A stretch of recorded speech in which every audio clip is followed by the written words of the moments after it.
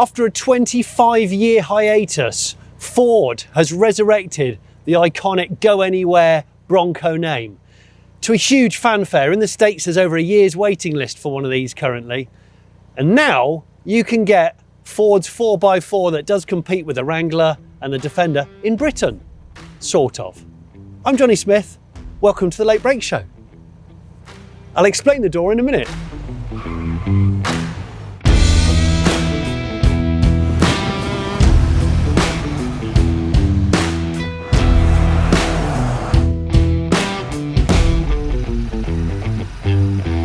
This is the Bronco in Britain, because you can't buy the Bronco from a Ford dealer. You can buy it from a specialist dealer like Clive Sutton, which is where I've borrowed this one from. You can buy the Bronco in 2 or 4 door, the same as its main competitors, which I would put down as the Jeep Wrangler and the Land Rover Defender. We'll come on to the doors in a minute because they're a little bit interesting. But first of all, let's talk about the spec. You'll see here there's a badge and it says Outer Banks. And you're going, what's Outer Banks? And I'm going to go, I didn't know until about 12 hours ago. What Outer Banks means is there's various trim levels of the Bronco. There's the base model with steel wheels and an optional Sasquatch pack, which is a sort of mad off-road pack with bigger off-road tyres. Then you've got the Big Bend kit, which is heated seats, leather steering wheel, alloys, and a power inverter. Then you've got the black diamond trim, steel bumpers like this, actual steel bumpers, rear locking diff, skid plates underneath, and 7 all-terrain modes, and marine grade vinyl for washing the car out, or if you just leave the roof off it accidentally in the rain. And then you've got this version, the Outer Banks, 18-inch high gloss alloy wheels, body coloured arches, powder coated side steps, yeah, and an LCD 12-inch touchscreen inside with B&O audio, which is optional. And then you have the Badlands version, which is a little higher with Bilstein shocks, front and rear locking diffs, 35-inch all-terrain tyres. And then you have the Wild Track, which has got everything, bead lock wheels, twin turbo V6, and a hardtop as standard. By the way, we're in London and we're right next to London Zoo. So if you hear any strange exotic animal noises, that's what they are. They're exotic animal noises. Let's talk design then, because that's a very important feature of the Bronco. It was actually designed by Moray Callum, who's a Scottish man, Ian Callum's brother, Ian was the ex-director of design of Jag. Well, it's his brother. And I'm sure a few other people were involved. But it really harks back to that 1966 original Bronco look. Obviously a bigger car, more luxurious, glossier car. But that's what it harks back to. It's actually quite simple. Note, no Ford badge. Just like the Mustang, and also just like the Mustang Mach-E. There isn't a Ford oval here. It just says Bronco. Big, big letters. And I'm pretty sure it's the same at the back. I think you just have the horse. I'll just check. No, it's got a Ford badge and a horse on the back. So there's an oval on the back, but there's not an oval on the front. I really like these little details, which are kind of like they act as wing markers when you're driving, but they're also, you can put lash downs on them for either luggage on the roof, or I think you put a cord up to the roof so that when you go through underbrush, you know, like thorns and stuff, when you're green laning, they push away from the side of the car. They don't damage the car.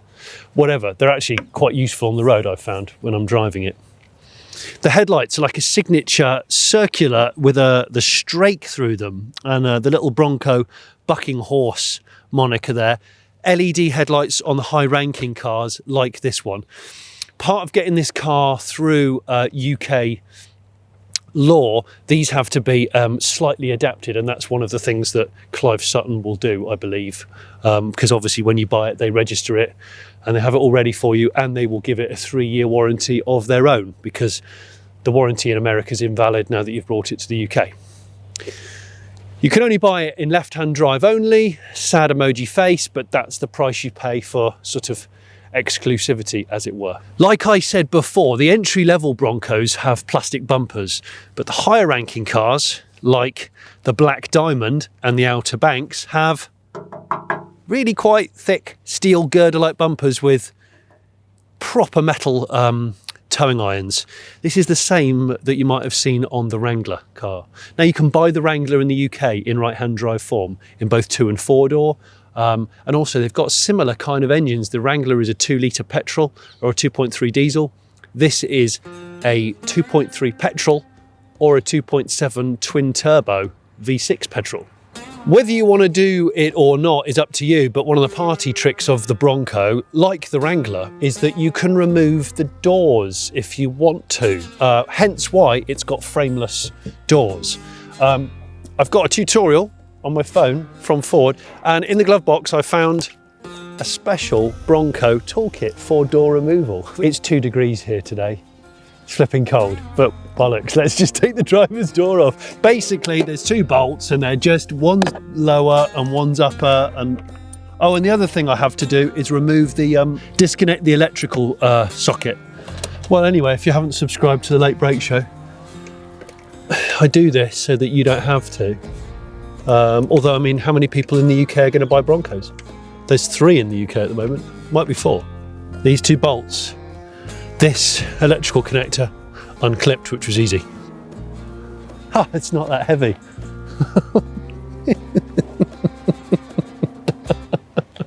Why not have a brief Bronco backstory? Well, it all kicked off in 1966 when we did something brilliant at the World Cup. And Ford decided to bring out a little rugged 4x4 that was simple and charming but robust. And it was kind of a roadster in so much as it didn't have any doors and it didn't have a roof. They were all optional. And that was the birth of the Bronco, all the way up to 1978. Then the second gen one had much of the sort of face furniture of the F series pickup truck, and is a little bit more luxurious. Then the third gen came in 1980 and brought a change from the solid axle front end to the independent front suspension, like this car has today.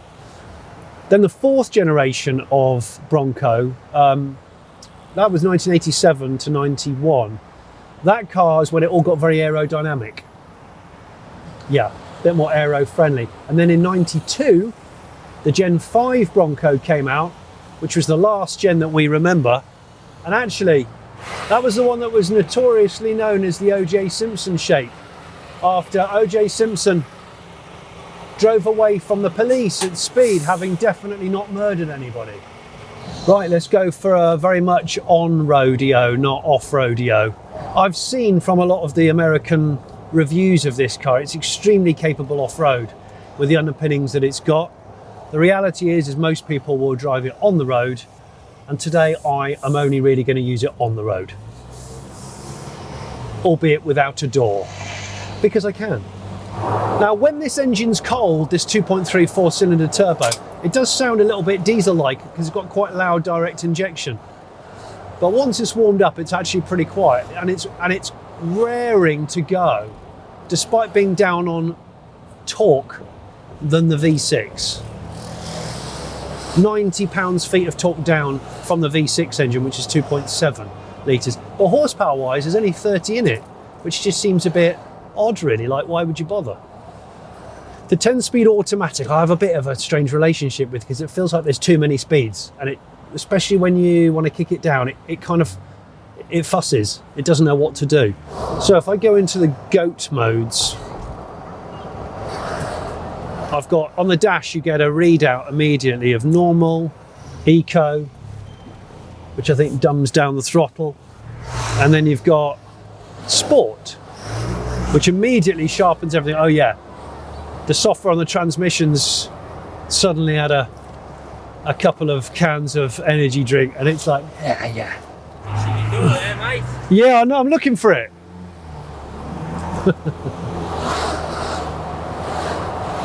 Do you know, I actually quite like it in sport mode, even if I'm not being particularly sporty. Do you know, everything just seems to sort of tighten up. It works better in the city. I'm not saying for a second that driving a car of this stature is a good idea in a city. In the chassis region of the Bronco, you can't really see it under here. Instead of having a straight axle front end, which is what the Wrangler has, and my Jimny actually has, They've gone with independent front suspension on the Bronco, which makes it probably feel better on road. In fact, the Defender has fully independent suspension. But the difference between this and the Defender is this has a separate body and chassis, like the Wrangler. So it is like a halfway house between a Wrangler and a Defender. And on the higher ranking cars, you can hydraulically disconnect the anti-roll bars. So when you go off-road to do some proper axle articulation, you can get more rock crawling stunts. I don't know the terminology. Now, size is an interesting one here. I wanted to try and give you an idea of the size of this. So 4,810mm long, 2,946mm wheelbase, 2,189mm wide with the mirrors, 1,927mm without the mirrors. To translate that really simply, I'll put the stats of its competitors on screen. The Jeep Wrangler in the four-door form is 72mm longer than this, and the Defender in this four-door form is 69mm wider than the Bronco. So if you think this looks wide, the Defender is wider. You don't really think about the weight of a car like this when you buy it. It's not really a consideration, but all of these cars are over 2 tons. Whether they're made of steel or aluminium, this one is a steel car, separate body and chassis. Not really technologically advanced in its recipe. Both engines are turbos. You can't buy the V6 with a manual gearbox. I don't think you can only buy the 4-cylinder with a manual. Decided, I thought it was a hot day, I'll just take a door off. It's not that hot. I know. I'm just being silly. I won't be testing the Bronco for road noise, because that's unfair, what with my door removal decision. But I would personally not even entertain a soft-topped Bronco in Britain. However, like I said, this car does come with a clip-on hardtop where you remove all the convertible gear and clip the hardtop on, and that's really the only way I would go. It's a faff. It's all manual. And it feels like my old Golf convertible that I used to have. 2 levers, one either end of the windscreen frame. And that's the thing, there's loads of headroom because there's not really any padding or anything. And then you lift, and so then you can immediately see the bones of it. By the way, I've never done this before, so I have seen how to do it online briefly. It's a big old pram frame though, isn't it? I'm starting to wonder whether this was a good idea, but I've committed now. So there we go. I'm doing this carefully because obviously I don't want to damage anything. Oh, there's a clip. Okay, there's a clip that goes that way. Okay, I see. Do that, and then you just leave that there. You step on the side. This is when the side steps are really handy, actually. Now, I think I've done it. That is what a Ford Bronco's soft top and one door removed looks like in Britain in winter. Done. Where's your door gone? I lost it. Have you seen it? So in the UK, this can be had from £45,000 up to about 80. It's a lot of cash. But you're buying exclusivity. So if you don't value the fact that you'll be one of about 5 people in Britain with a Bronco, then this is not for you. As soon as you look at those kinds of numbers, like this car here that I'm driving is 69,000, I think, 68,000. You're getting dangerously close to base model G-Wagon, and you're right in the lion's den of a well-spec Defender, be it 2 or 4-door, plug-in hybrid, or a quick turbocharged petrol. But the other thing is you will be paying more money for that privilege. And I'm not sure I'd want to pay 50 grand or more, 70 grand, for a car where the plastics are not great. The seats, they're comfortable, but they don't look very interesting. I think the Bronco creativity had run out by this point. And certainly the dash and the cabin materials are nothing compared to a Defender. In the back of the Bronco, as I said before, the 4-door Bronco comes with 5 seats. The 2-door Bronco, which does look really good, But there's a waiting list of over a year in the States for that at the moment. That's a 4-seater only, so bear that in mind.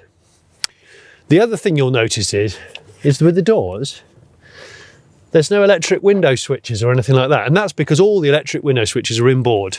They're here. You got your power sockets for USB, shizzle. And then you got your electric windows. The seats are quite well sculpted in. Again, it's sort of for heavily durable fabric. And I don't know if this is the marine grade vinyl. I don't think it is, but it could be. But I know a few of them are sort of rain/mud plugging resistant. Okay, in the Bronco driving seat, notice all doors have got nets with exposed kind of Allen head screws, and then there's exposed Allen head bolts on these side grab handles either side of the dash. I just can't imagine where I've seen that before, new Land Rover Defender. I just don't know. And also this sort of plain strong piece on the dash with the indentation of the badge of the car. Again, I don't know where I've seen that before, Land Rover Defender. Yeah, good piece of design though. Again, there's a grab handle here for your passenger, and I do like this kind of stamped old school VIN style plaque, which just says designed and engineered by Ford in Dearborn, USA, built at the Michigan assembly plant. This particular car that I'm driving today is the 10-speed automatic. Now, I've driven this gearbox in the Ford Ranger Raptor that you can buy in the UK. And I know this gearbox is the same as the Mustang one. And I've driven this engine in a Mustang, a 4-cylinder Mustang. So I've driven this combination before. Entry-level Broncos with the 4-cylinder can be ordered with a 7-speed manual. That's a 6-speed normal gears and a low crawler gear for doing, you know, rock crawling, that kind of thing, crawling. Talking of crawling, your massive knob that you can't ignore down here is your GO.A.T mode. Yeah, GO.A.T modes. I think it's got 7 GO.A.T modes. GO.A.T means goes over any terrain, just in case you were asking. So yeah, it'll do sand, baja, ruts and mud, rock crawling, and you know, like really specialist stuff like normal mode, eco, slippery. So yes, it's a 4-wheel drive car. You can't order it as a 2-wheel drive, but you can put it in 2-wheel drive high, you can put it in 4-wheel drive high or 4-wheel drive low. And it does have optional locking diffs. Here is all of the electric windows, because like I said, they're not in the doors. Physical buttons for your climate control here. It does have heated seats, which on a day like today is useful.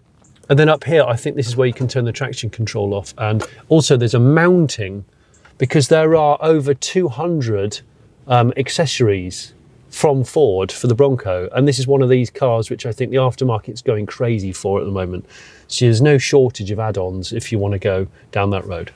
So Ford has got the latest Sync 4 infotainment system on board. I've always found Ford's Bluetooth phone, sat nav, it's really easy to decipher actually. I'm a big fan of the Ford Sync. The seats are they're a bit plain. There's no Bronco or Ford stitching, messaging, embossing on them, which is a shame. I would have quite liked some Bronco logos on them or something like that.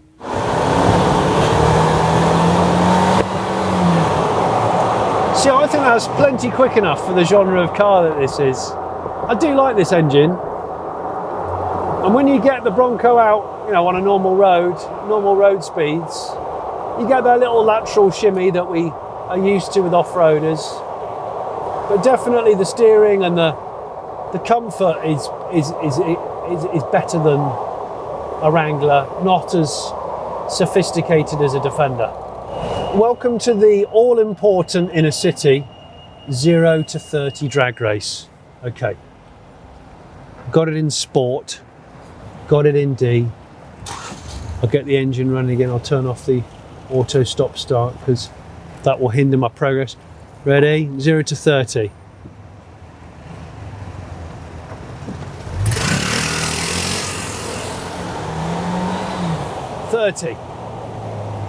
Yeah, there we go.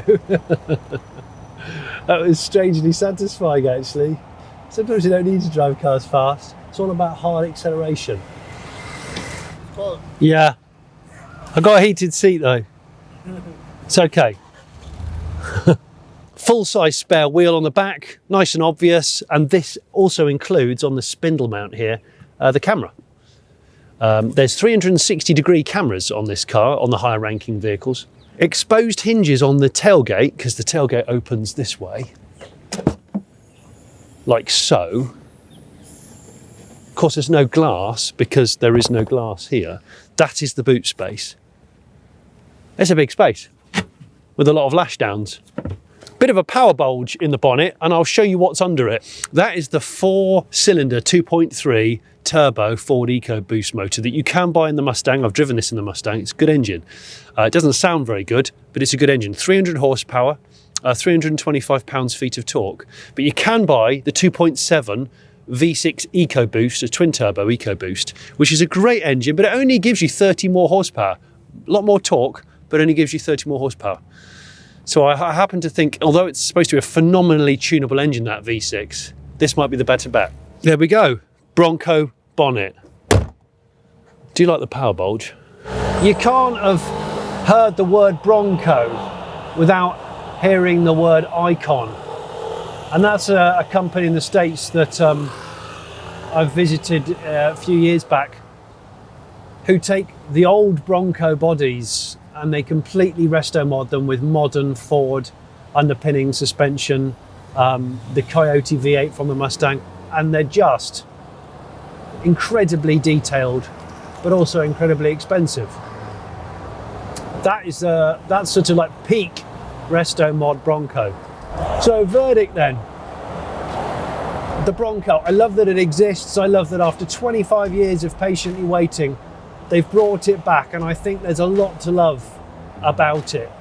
Where it starts to come unstuck really is bringing it to Britain in left-hand drive form only, certainly with this convertible top, which I wouldn't entertain. I would just, leave the hardtop on. Ford allegedly says they're going to be bringing this in right-hand drive 2023 perhaps, and they will electrify the Bronco. When they electrify the Bronco, my word, I'm interested. But will that be before the likes of Rivian enter the market? Who can say? So I think I want to see a couple of these out and about in Britain, because they will be unicorns. And Ford have definitely done something right, which is why so many people want to buy them. I would always buy a car like this, an off-roader, in its most simple form, because I think it's almost when the design is best celebrated. Anyway, I hope you've enjoyed this verdict of the new Bronco. If you haven't already subscribed to The Late Brake Show, please subscribe. I welcome your comments below. If you're a Patreon supporter, you support this channel through Patreon, thank you ever so much. If you don't know what I'm talking about, you want to know more about that, I'll put a link in the description below. And I want to say thank you to Clive Sutton for lending me this car and allowing me to remove the door next to London Zoo. Thanks for watching.